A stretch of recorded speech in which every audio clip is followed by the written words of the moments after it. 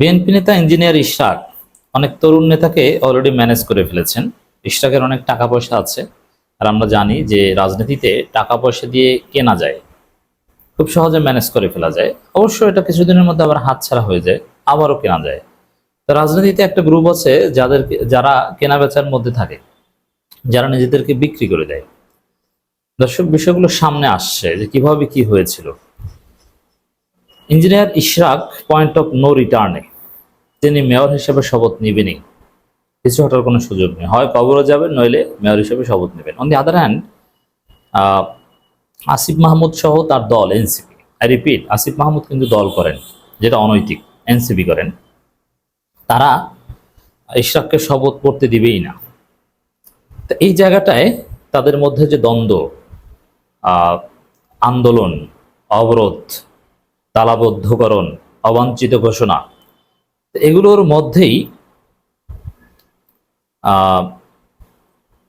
মধ্যেই কিছু খবর আসছে যেগুলো খুব ইন্টারেস্টিং। যেমন ভিপি নূর বলছেন, ইশরাক ভাই তাবিদ ভাইদের কাছ থেকে টাকা নিয়ে ছাত্র নেতাদের বাসা ভাড়া দিয়েছি। এখন এটা কাদেরকে বলেছেন জানেন? এই যে আজকে যারা এনসিপি, আজকে যারা ইশরাকের বিরুদ্ধে লিখছে, আসিফের পক্ষে লিখছে, এরা কিন্তু একসময় ভিপি নূরের কর্মী ছিলেন। এর মানে আজকে যারা যেমন এই আসিফ নিজে ভিপি নূরের কর্মী ছিলেন, ভিপি নূরের দলের নেতা ছিলেন, ছাত্র নেতা ছিলেন। তো ইশরাকদের কাছ থেকে টাকা নিয়ে ভিপি নূর এই আসিফদের বাসা ভাড়া দিয়েছিলেন। তো দর্শক, সেই ইশরাকদের সাথে এখন লাগতে আসছে, এটা মনে করিয়ে দেওয়া যে আসিফ নাম বলেননি, কিন্তু আমি ব্যাখ্যা করছি আরো যারা, কারণ আসিফের পক্ষে তো তার দল এনসিপি সবাই দাঁড়িয়েছে। তোমরা যারা ইশরাকের সাথে লাগতে আসছো, তোমরা কিন্তু ইশরাকের দেওয়া টাকা সেটা দিয়ে ভাড়া দিয়েছি, সেই বাসায় তুমি থেকেছো। এখন ভিপি নূরদের টাকা দিতেন, এই বিষয়টা এসেছে, যার ফলে ভিপি নূরেরা বা ভিপি নূরদের মতো একটা অংশ ইশরাকের পক্ষে বলতে হবে। এটা হচ্ছে ম্যানেজ করা, এটা একটা দিক। এটার আরেকটা দিক হচ্ছে,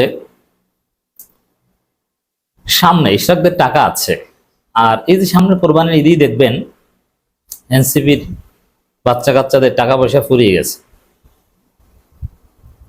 তখন অনেকে কিনবে তাদেরকে।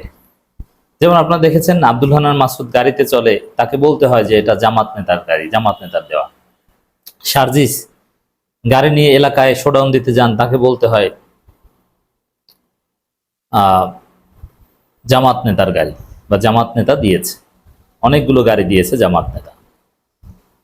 আবার এই কোরবানির ঈদে কোরবানি দিতে হবে, কারণ এটা দিতে তো টাকা লাগবে, তখন অনেক কেনা বেচার সময় আসবে। অতএব রাজনীতিতে একটা জিনিস মনে রাখবেন, ইশরাকদের টাকা আছে, ইশরাকটা টেকসই। আর এই যে এনসিপির ছোট বাচ্চা ছেলেদের টাকা নেই, এরা টেকসই না। এরা আজ আছে কাল নেই, যে কোনো সময় ডিমোরালাইজ হয়ে যাবে। এটা ভিপি নূর তো নিজেই এটা ফাঁস করে দিলেন, এবং সালাউদ্দিন আহমেদ নাকি বিদেশ থেকে ডিভাইস কেনার টাকা দিতেন, মানে ফোন টোন। এখন এটা রয়ের টাকা হতে পারে, কারণ সালাউদ্দিন আহমেদ সেই শিলংয়ে বসে টাকা পাবেন কোথায়? তিনি নিজের থেকেছেন কিভাবে? এসালাম গ্রুপের টাকায়। এই বিষয়গুলো সামনে, মানে এসালাম গ্রুপের টাকা খেয়েছে ওরাও। এখন যেটা হয়েছে, ভিপি নূরের কথা আপনাদের নিঃসন্দেহে মনে আছে যে মেহেদী সাফাদির সাথে বৈঠক করেছিল এবং অর্থনৈতিক বিভিন্ন অনিয়মে ব্যাপক বিতর্কিত হয়েছিল। আজকে ভিপি নূরের দলের লোকজনই এনসিপি গঠিত করেছে, সাবেক শিবির কাম ভিপি নূরের দলের লোক, এরা মিলেই এনসিপি গঠিত করেছে। তো এরা একটা সময় ছিল যে ওই ভিপি নূরের আর্থিক অনিয়ম এবং সাফাদির সাথে বৈঠক, ওটাও রিলেটেড টু মানি, ওই জায়গাটা ধরা খেয়েছিল। এবং ভিপি নূর কিন্তু এই আজকে এনসিপি যে হাইপ তুলেছিল তার চেয়ে বেশি হাইপ তুলেছিল, এবং দুঃসময়ে কঠিন সাহসী যোদ্ধা ছিল ভিপি নূর। ছাত্রলীগের এস্টাবলিশমেন্টের বিরুদ্ধে ভিপি নূর যেভাবে দাঁড়িয়েছিল, এবং ভিপি নূর ভিপি হয়েছিল, তার ধারে কাছেও এখন নাহিদ আসিফরা যেতে পারেনি। ভিপিনুরের যে ত্যাগ, তার যে সাহসিকতা ওই জায়গাটায়, বা তার যে দীর্ঘ সংগ্রামের ইতিহাস, সেই ভিপিনুরেই টাকার অভাবে কিন্তু সাফাদির সাথে বৈঠক করেছে এবং নানান কারণে বিতর্কিত হয়ে রাজনীতিতে আজকে ছোট্ট একটা দলে, নইলে যুক্তরাষ্ট্র থেকে, যুক্তরাজ্য থেকে অনেকে আমাদেরকে বলেছেন যে নূরের দলে যোগ দিতে বাংলাদেশে আসবে সাবেক শিবির, বিভিন্ন দলের নেতারা। আজকে এই ইমরান খান হওয়ার কথা ছিল ভিপি নূরের, প্রধানমন্ত্রী হবেন, কিন্তু সে সম্ভাবনা কি আদৌ আছে? না। ভিপি নূর সর্বোচ্চ এমপি হতে পারেন, তাও জোটে, এককভাবে নির্বাচন করলে কিছুই হতে পারবেন না। এই যে ইমরান খান হওয়ার সম্ভাবনা থেকে ভিপি নূর আজকে জাস্ট ছোট একটা দলের নেতা, মাহমুদুর রহমান মান্না টাইপের, এটা কিন্তু আর্থিক অনিয়মের কারণে। এই জন্য মানে আর্থিক অনিয়ম বা আর্থিক অভাবের কারণে একটা রাজনৈতিক দলের আর্থিক ভিত্তি মজবুত না হলে এরকম ঘটনা ঘটে, বিচ্যুত হয়। ঠিক তদ্রুপ দেখবেন আজকে এনসিপির ছেলেদের, আজকে হয়তো বসুন্ধরা গ্রুপ টাকা দিচ্ছে, এসালাম গ্রুপ টাকা দিচ্ছে, 2 দিন পর দিবে না। তো এই বড় বড় কোম্পানি বা গ্রুপের টাকার যোগান যখন বন্ধ হয়ে যাবে, তখনই দেখবেন এরা এমন এমন বিষয়ে জড়িয়েছে, এই ভিপি নূরের দল, যেটা খুবই দুঃখজনক। মানে তারা নিজেদেরকে বিক্রি করে দিচ্ছে এবং সেটা হবে একটা সার্কেল, ওই সার্কেল থেকে বের হতে পারবে না।